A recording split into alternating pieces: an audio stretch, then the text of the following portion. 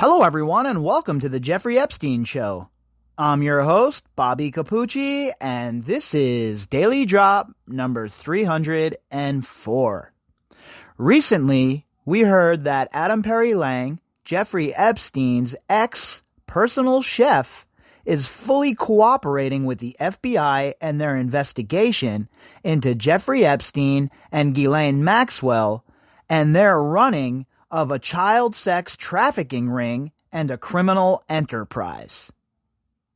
Now, there are many other ex-employees who should be doing the same thing, either of their own free will, or, if they won't do that, then they must be compelled to do so with subpoenas. There are plenty of other people who worked for and with Jeffrey Epstein that should be talking with the FBI as we speak. And guess what? Some of them might be, right? We don't really know what's going on behind the scenes. But as far as we know, Adam Perry Lang is the first of the high-profile members of Jeffrey Epstein's menagerie to come forward and work with the FBI. Now, if anyone would have intimate knowledge of what went on with Jeffrey Epstein and the players on the stage, you would think it would be the pilots who were transporting all of these people and these girls across state and international lines. You would think that these pilots, who have to fill out pilot logs and who have pretty strict FFA regulations that they have to follow, would know a thing or two about the people who were on their flights. The article we're going to discuss tonight is from 2019, and it's from SeattlePI.com. And if you remember, recently we read another article from this outlet, and that article was discussing Jeffrey Epstein's plane. So we're going to dive back in and see what they have to say about Epstein's pilots.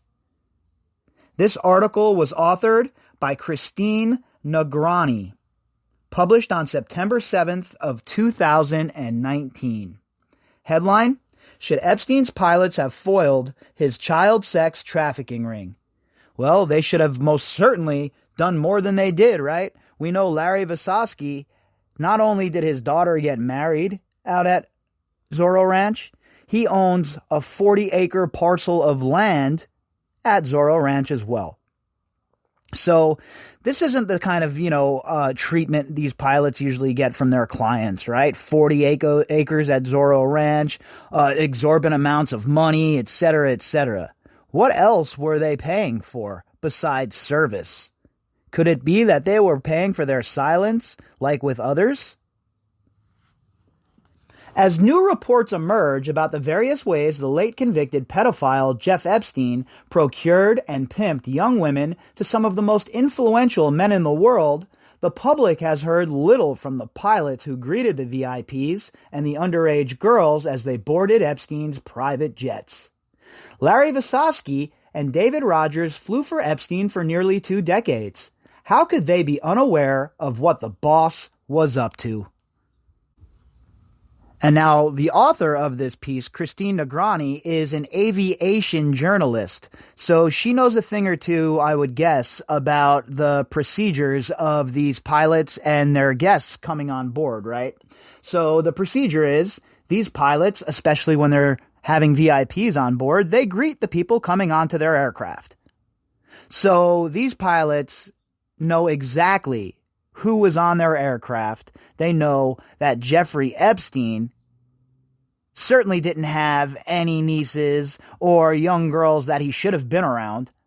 And yet here they were, ferrying these girls across state lines, across international lines in some cases, to be trafficked and abused. Yet we have not heard anything about the pilots, really? Still, Visosky and Rogers, both of Florida, remain free to work as commercial pilots, with no enforcement actions taken against them from the years Epstein pled guilty to those activities. And you would think that these guys would have had some sort of repercussions for their working with Jeffrey Epstein for all of these years and not coming forward, right? I guess they could use the defense of, hey, we don't know. And it probably is almost impossible to prove that they knew that Epstein was abusing these girls, unless, of course, there's some sort of witness to them witnessing it on one of these planes, right? Because we know Epstein was abusing girls on these planes. Now it's just the point of, what do these pilots know? What have they kept under wraps for all of these years? And were they helping harbor criminal activity and keep it under wraps? And if so, then they must face penalties criminally and otherwise, professionally, I'm guessing. I'm sure the FAA has some rules against people being involved in sex trafficking in the skies above America. Virginia Roberts, seen in the photo below with England's Prince Andrew, says as a teenager, Epstein repeatedly ordered her to have sex with the prince. They are listed as having traveled together on Epstein's planes on multiple occasions. Not only do we have the flight logs that prove them on the plane together several times, there are also eyewitness reports.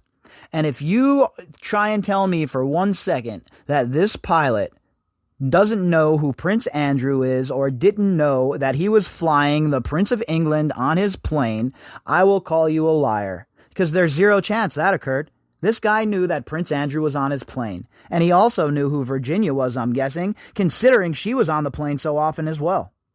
So there needs to be some serious conversations had with these pilots. Mr. Visosky, Mr. Rogers, it is time for you folks to answer some questions.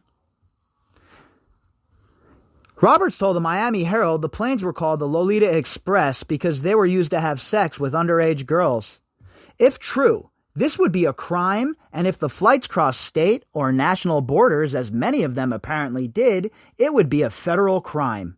Even so, according to the Federal Aviation Administration, it is not behavior that will cause a pilot to lose his or her license. Well, I guess the FAA doesn't have any rules or regulations about this kind of stuff, huh? What a crazy world we live in. The bureaucracy, the muck of the bureaucracy that makes up the rules of the playing field that we must abide by are so absolutely ridiculous that I don't even understand how we have a functioning society at this point. The only criminal activity that can result in the loss of a certificate is using an aircraft to transport illegal drugs and flying while intoxicated, said FFA Communications Manager Lynn Lunsford. There is a provision for good moral standing, although it is nebulous. Wow, that's crazy. So you mean to tell me that pilots, if they're transporting illegal drugs or flying while they've had a couple of sips of some bourbon or maybe a couple of hits off the bong, that's their licenses are pulled, and they probably should be, right? But if you're ferrying girls across state lines, no big deal, right? Ferrying them to be sex trafficked, all good. Your license is still in standing order, sir. But drugs? Nah, can't have that. We can't have people doing cocaine at the party. Neither Visosky nor Rogers have been subject to agency enforcement actions in the past, according to Lunsford. The agency policy is not to comment on whether an investigation is presently underway.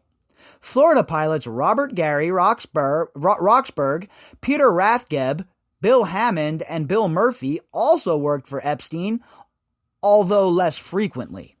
So those other gentlemen, Robert Gary Roxburgh, Pete Rathgeb, Bill Hammond, and Bill Murphy were also pilots on Epstein's planes, and they must also be brought in, and they have to spill the beans, right? And if they don't want to do it on their own, again, subpoenas. No problem kicking in the doors of your political enemies, right? Or running an investigation into the investigators. So let's go and kick in the doors here of these sick-ass people who facilitated Jeffrey Epstein's crime and actually do some law enforcement duties that matter. You may be baffled that transporting illegal drugs is a more significant threat to one's pilot license than human trafficking, but more may be at play here. Yeah, I am baffled, there's no doubt. I think that the war on drugs is an absolute joke in the first place. So the fact that trafficking drugs, quote-unquote illegal, illicit drugs, is more of a penalty than trafficking human beings for modern-day bondage and slavery, yeah, I think that's kind of ridiculous, and baffle is a good word, I guess you would say. Of the 6 pilots who flew for Epstein, only Rogers appears to have kept detailed notes about his passengers. His handwritten logs are a mind-boggling list of names, including Bill Clinton, Kevin Spacey, Colombia's former president Andres Pastrana, New York hedge fund operator Glenn Dubin, and model agency owner Jean-Luc Brunel, to name just a few. The flights were both within the United States and international. Rogers describes trips that hopscotched across Europe, North Africa, and Asia. Now, the trips to North Africa and Asia, we haven't even gotten into those yet, really, right? And to be honest with you, there is a serious human trafficking problem in Northern Africa, especially right now in Libya. There's open-air slave markets in Libya as we speak. So I always wondered what Epstein was up to in North Africa, and don't even get me started on Asia. Why was Epstein and Bill Clinton and Kevin Spacey and the rest of those idiots in Thailand? We all know about what goes on in Thailand. We all know what creepy-ass people from the West go to Thailand for. And yet, here we are. These dudes were in Asia. No reports about it. No stories about it. None of these high-profile legacy media types digging into it. Rogers' logs corroborate some of the claims of Roberts, who said she was not only Epstein's sex slave, but was repeatedly ordered by him to perform sex acts on Harvard law professor Alan, I kept my underpants on, except at the Martha Vineyard's naked volleyball game tournament, Alan Dershowitz and Brunel, as well as Prince Andrew. Prince Andrew and Dershowitz have both challenged her story. Now remember, this is from 2019. Prince Andrew's challenges are looking pretty weak right now, aren't they? And Dershowitz, well, he's an unhinged maniac. He's like a caricature of himself at this point. And it's pathetic to watch. The guy is absolutely going over the edge, right? With his unhingedness at this point. Perhaps federal investigators are squeezing Rogers and Visosky, holding the good moral standing clause over their heads to encourage them to tell what they know or risk losing their tickets to fly. And that's quite possible, right? We don't know what is going on right now. We don't know if these pilots have been cooperating and if they were a part of Ghislaine Maxwell getting arrested per se. We don't know one way or the other, right? And we don't know who is cooperating and who isn't. But like I've said from the very beginning, you better believe that these sort of people, these pilots, the underlings, these people are worried about saving their own skin. They are going to roll over on each other. They're going to rat each other out, and they're going to do whatever they possibly can to keep themselves out of prison for the rest of their natural lives. If the government can make a compelling case that they knew the conduct was occurring and that they aided Epstein or helped hide it from the authorities, the FFA may make a case that their licenses should be suspended or revoked, said Justin A. Marchetta, a New Jersey lawyer representing aircraft owners, operators, and pilots with the New Jersey firm Inglesino, Webster, Wycloxka, and Taylor. So it does look like there is a mechanism for them to lose their licenses under the good standing clause. So ridiculous. As if just coming in and saying, hey, these guys were engaged in sex trafficking isn't good enough. So whatever that mechanism is, you would think that mechanism would have been clicked into place by now. So if it hasn't been, makes me wonder, are they cooperating with the feds?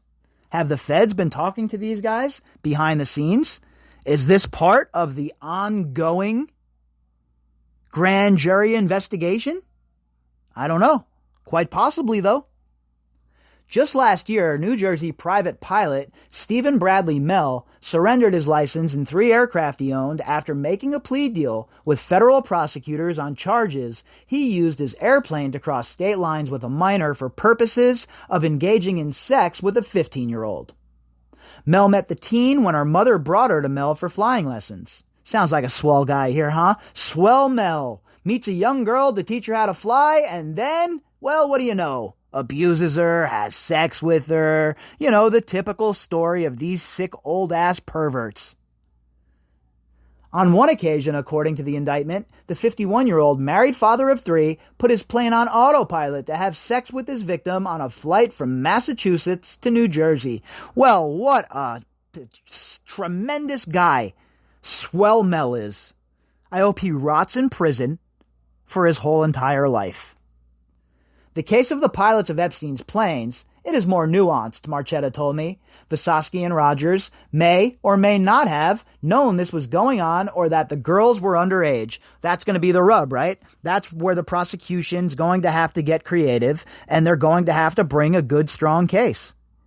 And I think that's what we're seeing going on right now behind the scenes. They're building a pretty strong case, a case with many different heads like a hydra, and I would not be shocked if Visosky and Rogers were already cooperating. Now, do I have anything to back that up? No, I do not. That's just my opinion of the situation, but I can guarantee that there is more going on behind the scenes than you can possibly imagine.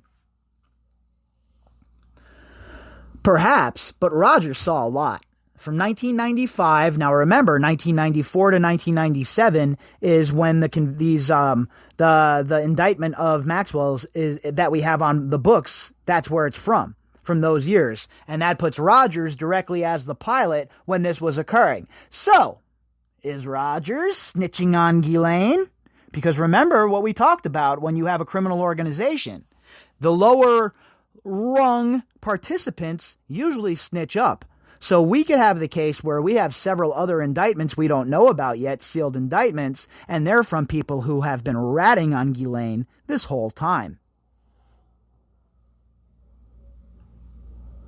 Rogers testified in a 2006 deposition that people get on the airplane, and I see who the people are, and I put them down there, he said of the log. While Rogers said he tried to be as accurate as possible, some passengers got more attention than others.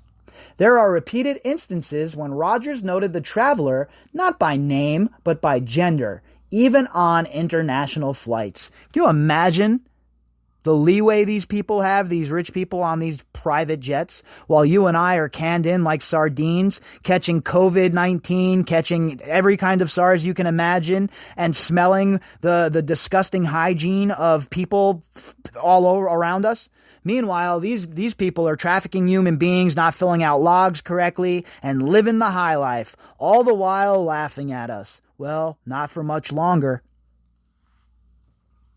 This raises the question of whether he complied with immigration and homeland security requirements. Now remember, the author of this article is an aviation journalist. This is what she does. She would know about immigration and homeland security requirements as far as pilots go.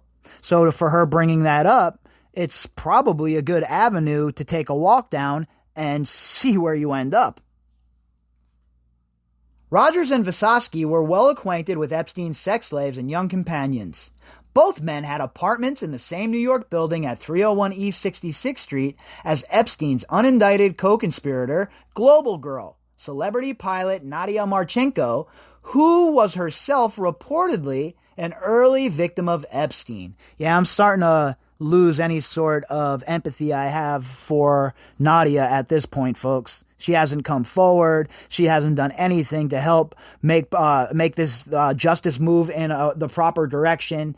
And if that's the case, and she's going to continue to throw her lot in with Epstein and the remnants of this criminal enterprise, then whatever's coming down the pipe for her, she's going to have to just take it.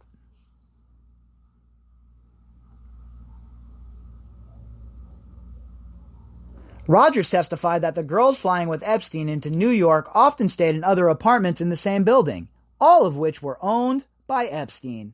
If she's on the plane with us on multiple trips, then most likely she's probably stayed there, Rogers said of the girl travelers. Business Insider has an interesting investigation into the building on 66th Street, which you can read here. We have covered that article as well, and the building on 66th Street. So these pilots, they got a lot to answer for, folks. A whole lot to answer for. Not only were they on the planes, they were in the same buildings. You weren't in the elevators going down to get groceries or to check your mail or any of that jazz, huh? Okay. Pedophilia and human trafficking are serious crimes, but Epstein did not commit them without help, nor is that the likely limit of his activities. As various news accounts show, over the course of decades, Epstein orchestrated an international network of wealthy, powerful, and influential people who my Uncle Maurice would call no-good-nicks. I like that. That's pretty good, no-good-nicks. Uncle Maurice seems to know what he's talking about. My uncle, Angelo, would call them stunads. Just because Epstein is dead, other scoundrels should not be able to get away with their crimes, including the pilots who appear to have enabled a lot of bad behavior without encountering a single unpleasant consequence. No investigation into Jeffrey Epstein should be considered complete without getting the full story from the pilots. And maybe the FAA should consider if Rogers and Visosky met the good moral standing expectation attached to their pilot's license. I'll tell you what, Miss Christine Negrani hits the ball out of the park with this one as well. And look, at the end of the day, when you're talking about these pilots, there is zero chance anyone can convince me that they don't know what occurred, that they didn't see these people coming and going. Let's get some pictures of the people that were supposedly on these planes, if they don't have their logs correct or whatever it may be. And let's do it that way. Well, there has to be a mechanism, right, to sit all of these pilots down and get the information from them. Again, if they don't want to do it willingly, then they have to be compelled to do so. It's the only way to get to the bottom of all of this. And really, like I've said from the beginning here, that is what I want, a real investigation for the first time into Jeffrey Epstein and all of the other people who helped enable this trafficking ring. And for decades, it eluded the survivors. A real trial, a chance for them to tell their story, a chance for them to stand in front of those who abused them. But finally, the wheels of justice are turning. And when the wheels of justice start turning, people like Ghislaine Maxwell and these pilots, they end up in the crosshairs. They end up being ground in to the asphalt. And all of these people who were involved, all of these people who are criminally liable still to this day for what occurred, all of these people are in great jeopardy of criminal indictments at this point. And we see it now. I think one of the big tells is somebody like Adam Perry Lang coming forward and cooperating. He sees the writing on the wall. He understands that if he doesn't come forward, he was going to be compelled to do so probably. And the rest of these people, especially these pilots, can expect the same in the future. If you'd like to contact me, you can do that at bobbycapucci@protonmail.com. That's BOBBYCAPUCCI @protonmail.com. You can also find me on Twitter at BOBBY_CAPUCCI.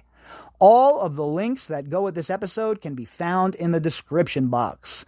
All right, everybody, it's the weekend. You know the deal. I hope everybody's going out tonight and having a great time, but please do not drink and drive. As for me, I'll be back tomorrow morning and we'll start all over again.